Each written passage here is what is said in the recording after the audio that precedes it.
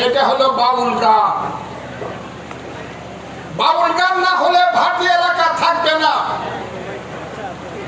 বাউল গান যদি ভালোবাসতে না পারেন, যদি বাউলকে ভালোবাসতে না পারেন, যদি বীরবংশী দাসকে ভালোবাসতে না পারেন, তার কন্যা চন্দ্রাবতী বাংলার প্রথম মহিলা কবি, তাকে যদি ভালোবাসতে না পারেন, ওই কিশোরগঞ্জের অখিল ঠাকুর বাউল, তাকে যদি ভালোবাসতে না পারেন, কিশোরগঞ্জের আলাউদ্দিন তাহের, সুনামগঞ্জের শাহ আব্দুল করিম, সুনামগঞ্জ হবিগঞ্জের শাহ নূর, ওই সুনামগঞ্জের হাসান রাজা, আর সিলেটের সেই শীতলং শাহ থেকে ধরে নেত্রকোনার উকিল মুন্সি। উকিল মুন্সির গান জানো নাকি? কে কে জানো? ছেলেদের মধ্যে উকিল মুন্সির গান ছেলে মেয়েরা কে জানো? হাত তোলো তো দেখি। হ্যাঁ, মায়েরা জানো নাকি? মায়েরা জানো না? এগুলো জানতে হবে। খালি আইসা বই পড়ে মুখস্থ করে খাতায় লিখে ফার্স্ট ডিভিশন, এটা কিন্তু লেখাপড়া না। উকিল মুন্সির শ্রেষ্ঠ গানটা কি জানো? আমি সোয়া চাঁদ পাখি, আমি ডাকিতাছি তুমি ঘুমাইছো নাকি। গানটা শুনছো তোমরা কারা কারা বলো তো দেখে। হ্যাঁ হ্যাঁ, উকিল মুন্সি, রশিদ উদ্দিন, জালাল উদ্দিন, এবং সর্বশেষ মারা গেছে ময়মনসিংহের সন্তান সুনীল কর্মকার। বাউলকে ভালোবাসতে হবে, বাউল সংস্কৃতিকে ভালোবাসতে হবে। আরেকটা শেষ কথা বলবো, সেটা হলো অনেকে মনে করে যাত্রা গান গায় যাত্রা মানুষের না। যাত্রা গান গায়, যাত্রা গায় জ্ঞানী মানুষের। যাত্রা হলো আমার পূর্বপুরুষ, যাত্রা। শুনছেন নাকি? কোনদিন শুনছেন যাত্রা? দেখেন না?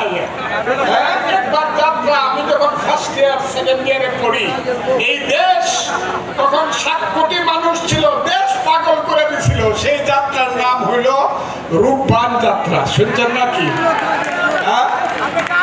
ওই যে মুনের বাড়ির দক্ষিণ পাশে গো দাইমা, কিসের বাড়ি তো বাজে গো আমার দাইমা দাইমা।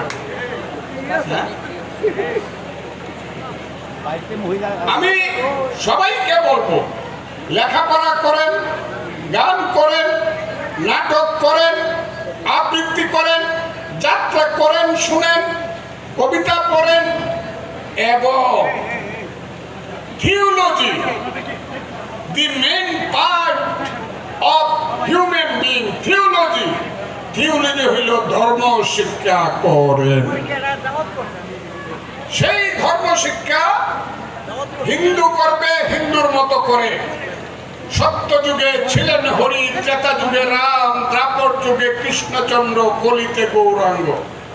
সে তার মতো করে করবে। আর সে পড়বে মহাভারত, রামায়ণ, এগুলো হলো উপাখ্যান, বেদ, উপনিষদ, গীতা। এটা হলো হিন্দুদের ধর্মগ্রন্থ। তারা পড়ে তারা ভালো হিন্দু হবে। আর মুসলমানরা পড়বে কোরআন, হাদিস, ফিকহ পড়বে। ধর্ম শিক্ষা করার জন্য তারা ভালো মুসলমান হবে। কিন্তু কেউ কাউকে ঘৃণা করবে না, শত্রু মনে করবে না, ধর্মে ধর্মে যুদ্ধ লাগাবে না।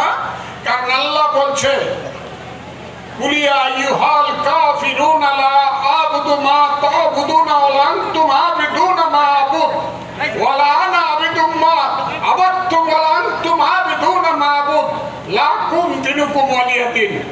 আল্লাহ কোরআনে বলছে, যার যার ধর্ম সে পালন করো, অন্যের ধর্ম লা ইকরাহা ফিদ্দিন। কারো ধর্মের প্রতি কেউ জোর জবরদস্তি করো না। ভালো হিন্দু ভালো হিন্দু হবে, মুসলমান ভালো মুসলমান হবে। আমি যখন মসজিদে যাব তখন আউযু বিল্লাহি মিনাশ শাইতানির রাজিম, বিসমিল্লাহির রহমানির রহিম বলে আমি নামাজ শুরু করব। আলহামদুলিল্লাহি রাব্বিল আলামিন। কথাটার অর্থ কে জানো? বলতে পারবা? আলহামদুলিল্লাহি রাব্বিল আলামিন কথার অর্থ কি? আল্লাহ হলো সমস্ত বিশ্ব ব্রহ্মাণ্ডের প্রভু। আল্লাহ কিন্তু কোরআনে বলে নাই আলহামদুলিল্লাহি রাব্বিল মুসলিমিন। আল্লাহ কিন্তু বলে নাই আমি শুধু মুসলমানদের প্রভু, আমি সমস্ত বিশ্ব ব্রহ্মাণ্ডের প্রভু। কাজে মুসলমানরা সেইভাবে গড়ে উঠবা। হিন্দুরা যারা তারা সেইভাবে সমস্ত বিশ্ব ব্রহ্মাণ্ডের মানুষ হিসাবে গড়ে উঠবা। যখন হিন্দুরা মন্দিরে যাবে তার ধর্ম করবে, তুমি যখন মসজিদে যাবা তোমার ধর্ম করবা। আবার যখন অষ্টগ্রামে বাজার করতে যাবা, জ্যৈষ্ঠ মাসে এক দোকান থেকে আম কিনবা। আমের দাম যদি বেশি হয়, গরিব মানুষ হিন্দু মুসলমান দুইজনেরই কষ্ট, কারো একা কষ্ট না। আমলা যদি হিন্দু হয় সে কিন্তু হিন্দুকে কম দামে আম দেয় না। আমলা যদি মুসলমান হয় সে কিন্তু মুসলমানকে কম দামে আম দেয় না। আমের সংকট দুইজনের এক, সেইখানে আমার আর হিন্দুর মধ্যে ঐক্য। এই যে হাওরে জমি নিয়ে গেছে পানিতে, আল্লাহ যে বৃষ্টি দিছে এটা কিন্তু হিন্দু মুসলমান দেখে দিছে না। একাইলে যদি হিন্দু মুসলমানের ক্ষেত থাকছে, দুইটাই ডুবছে, হিন্দুও ডুবছে মুসলমানও ডুবছে। কাজে জাগতিক সমস্যার ব্যাপারে আমরা হিন্দু মুসলমান সব হইলাম এক।